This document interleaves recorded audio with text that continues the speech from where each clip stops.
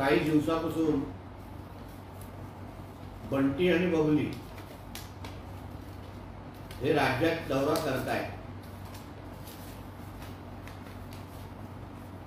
सगळीकडे राज्यात फिरून भारतीय जनता पक्ष, आदरणीय मोदीजी, आदरणीय अमित शहाजी आणि आदरणीय आमचे देवेंद्र फडणवीसजी ह्यांच्यावर गरळ ओकण्याच्या कामाशिवाय किंवा ह्यांना शिवाय शाप दिल्याशिवाय हे बंटी आणि बबली दुसरं काहीच करत नाही। आता जेवढा रश्मी वहिनी आजकाल उद्धवजींबरोबर फिरत नाही, तेवढी ही बबली आजकाल उद्धवजींबरोबर आम्हाला दिसते। संशयाला लागलेला आहे काय नेमका ये रिश्ता क्या कहलाता है, हा आता प्रश्न विचारायची वेळ आलेली आहे। कुठेतरी लातूर कुठेतरी गेले आणि बोलतात उद्धव ठाकरेंचा कामगार बोलतो की देवेंद्र फडणवीस हे चोरांचे सरदार आहे। ज्या देवेंद्र फडणवीसांमुळे तुझा मालक ज्या नवीन मातोश्री 2 मध्ये राहतो, सगळ्या परवानग्या ज्या देवेंद्र फडणवीसांनी मिळवून दिलेल्या आहेत, त्यांना तू चोरांचा सरदार म्हणण्याची हिंमत करत असशील तर तुझ्या मालकाला नपुंसकांचा सरदार म्हणलं तर चालेल का? तर आता आजूबाजूला सगळे नपुंसकच राहिलेले आहेत। म्हणे की आम्ही नितीन गडकरीजींना महाविकास आघाडीतून निवडून आणू।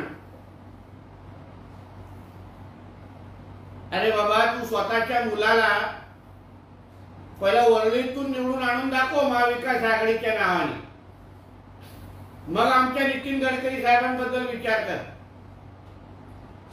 म्हणून ह्या नवीन जे बंटी बबलीच्या सगळीकडे फिरतायत,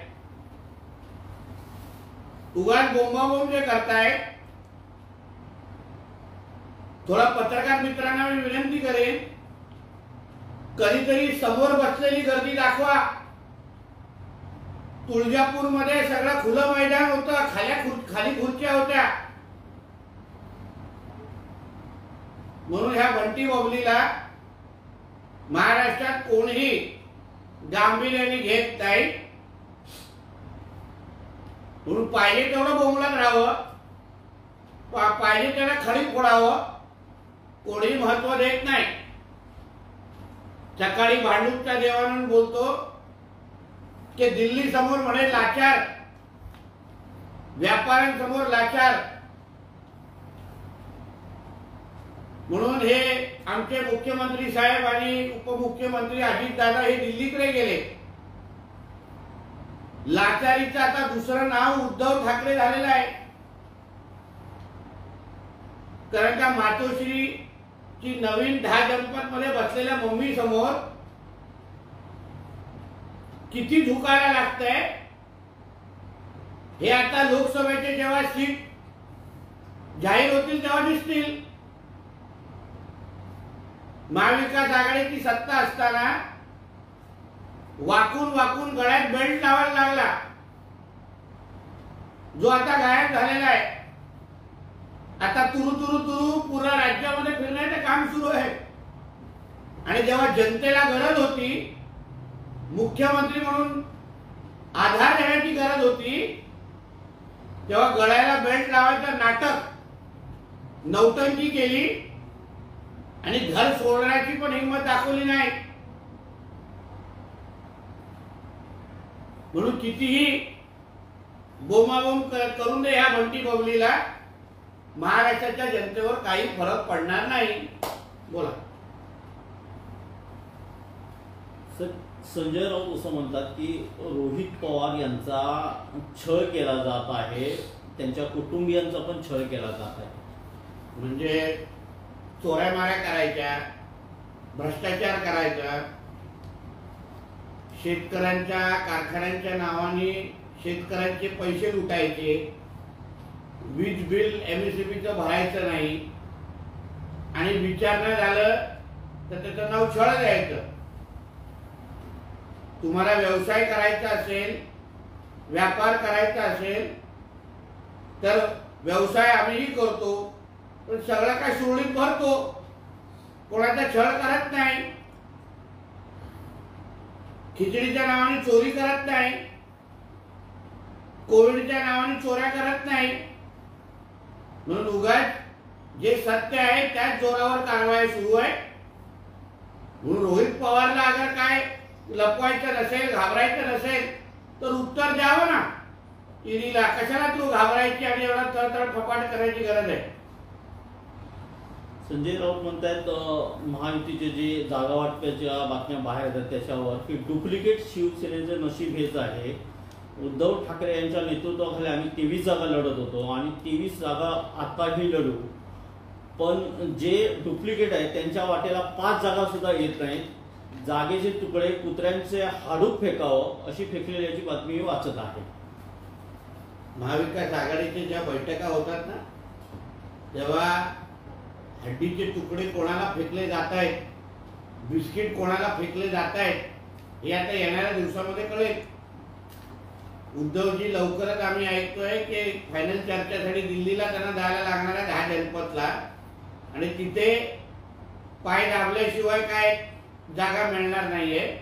म्हणून आमच्या महायुतीच्या बद्दल एवढी चर्चा करण्यापेक्षा, विचार करण्यापेक्षा तुमच्या महाविकास आघाडीची काय आता उरताय, काय लायकी राहते हे थोडं बघा. येणाऱ्या दिवसामध्ये कळेल की काँग्रेस काय भूमिका घेते, शरद पवार गट काय भूमिका घेते आणि त्याच्यामध्ये हे आता जे वंचित आघाडीची जी काय अवस्था तुम्ही करून ठेवली आहे, ज्या कधीच जागा प्रकाश आंबेडकर जिंकणार नाही त्या जागा द्यायला बघतायत. म्हणजे परत परत मी तुम्हाला सांगतोय, प्रत्येक पत्रकार परिषदेमध्ये सांगतोय की डॉक्टर बाबासाहेब आंबेडकरांच्या कुटुंबाचा अपमान कोण करत असेल तर त्याचा हे महाविकास आघाडीचे नेते मंडळी आहेत. म्हणून आंबेडकर साहेबांनी आपल्या कुटुंबाच्या नावासाठी, आपल्या स्वाभिमानासाठी योग्य वेळी योग्य निर्णय घ्यावा अशी मी विनंती त्याला करेन. घाटकोपर पंतनगरमध्ये एका शिवसेना शाखेचे उद्घाटन मंगलप्रभात लोढा यांनी केलं. त्यावर टीका करताना संजय राऊत असं म्हणतात की मुंबई कशी विकली जाते, शाखा कशा विकत आहे, यातच सगळं हे आलं. अहो, तुमच्या महाविकास आघाडीची सत्ता असताना काँग्रेसच्या नेते मंडळींनी किती शाखेंचा ताबा घेतला ह्याची थोडी यादी कधी ना कधीतरी मध्ये मग बाहेर द्यायला लागेल. मंगलप्रसाद लोढा हे मुंबईचे पालकमंत्री आहेत, महायुतीचे नेते आहेत, म्हणून त्यांनी शाखेचं उद्घाटन केलं तर काय वाईट आहे? आणि सत्ता असताना तुम्हाला लोढांचे लाड चालायचे, मग आता कशाला लोढा झोपतायत? लोढांकडून कधी हे लोकांनी मातोश्री काय किती कसं घेतलेलं आहे ह्याचा कधी पाडा वाचायला लागला ना तर मातोश्रीवाले घराच्या बाहेर निघणार नाहीत. म्हणून उगाच लोढांचं नाव घेऊन खडी फोडू नका, तुम्हाला भारी पडेल. मनसे नेते भाजपसोबत जाण्यासाठी सकारात्मक दिसत आहेत. काही चांगलं होणार असेल तर युती करण्यास काय हरकत आहे, असं बाळा नांदगावकर. चांगली गोष्ट आहे ना. हिंदुत्वाच्या नावाने राजसाहेब आमच्या बरोबर येत असतील, मनसेना अगर भारतीय जनता पक्ष शिवसेनेबरोबर येत असेल आणि हिंदुत्व अजून बळकट होत असेल, अजून मजबूत होत असेल तर स्वागतच आहे. मताची सहमत आहे. कोल्हापुरात लोकसभेसाठी महायुतीचा नवा डाव दिसतोय. शाहू महाराज छत्रपतींविरोधात समर्जित घाडगेंना मैदानात उतरण्याच्या हालचाली सुरू. थोड्या दिवसामध्ये कळेलच कोण कुठे लढतोय आणि तेव्हा कोल्हापूरची जनता ही महायुतीच्या बाजूने उभी राहील हे स्पष्ट आज नाही तर उद्या कळेल. संजय राऊत असं म्हणतात की स्वाभिमानासाठी शिवसेना सोडली असं म्हणणारे एकनाथ शिंदे, त्यावर अजित पवारांनी सुद्धा आपल्या पक्षाबद्दल असं बोलले की आता दिल्लीत जाऊन त्यांना भांडी घासावी लागत आहे. आणि मग संजय राऊत आणि त्यांचे सहकारी 10 जनपथला जाऊन काय घासतात? कोणाचे पाय पडतात, कोणाचे चमचे उचलतात, ह्याची थोडी माहिती आता आज नाही तर उद्या बाहेर द्यायला लागेल. म्हणून दुसऱ्यांवर आरोप करण्याच्या अगोदर तुमची अवस्था 10 जनपदला काय आहे हे कधीतरी मग फोटो सकट बाहेर द्यायला लागणार. म्हणून परत परत सांगतो, आमच्या घरात डुंकून पाहण्याच्या अगोदर तुमच्या घरात काय जळतंय याबद्दल थोडं विचार करा. आणि आज पत्रकार परिषदेमध्ये मोठे बोलतात की आम्ही स्वाभिमानामुळे आम्ही काय कुठून गेलेलो नाही. मुळामध्ये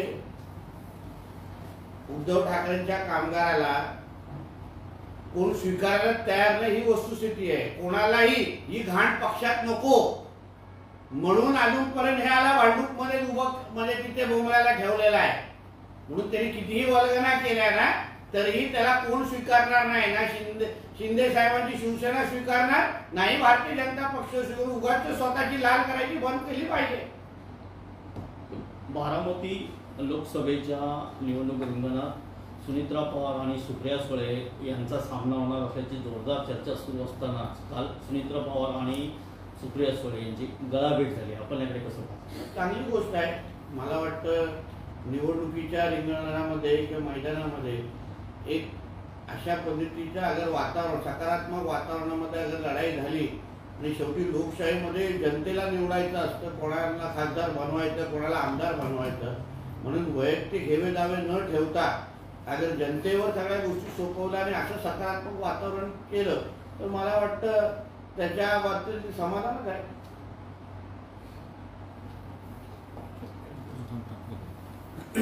माझ्यासोबत विश्वासघातकी राजकारण खेळलं जातं असं भास्कर जाधवांनी भावनिक पत्र लिहिलं आहे आणि कार्यकर्त्यांना ते आवाहन करतायत की मी लवकर कळलं, लवकर जाग आली. बघ, मी काय पत्र वाचलेलं नाही, माझ्याकडे तेवढा वेळ नाही, पण जे कळलं ते ट्यूबलाईट म्हणून लवकर कळलेलं आहे. ट्यूबलाईट उशिराच पेटते. आज भास्कर जाधवांच्या सर्व कार्यकर्त्यांना बोलवलंय की आपल्या मनातील काही खंत आहे ते व्यक्त करा. माहित नाही.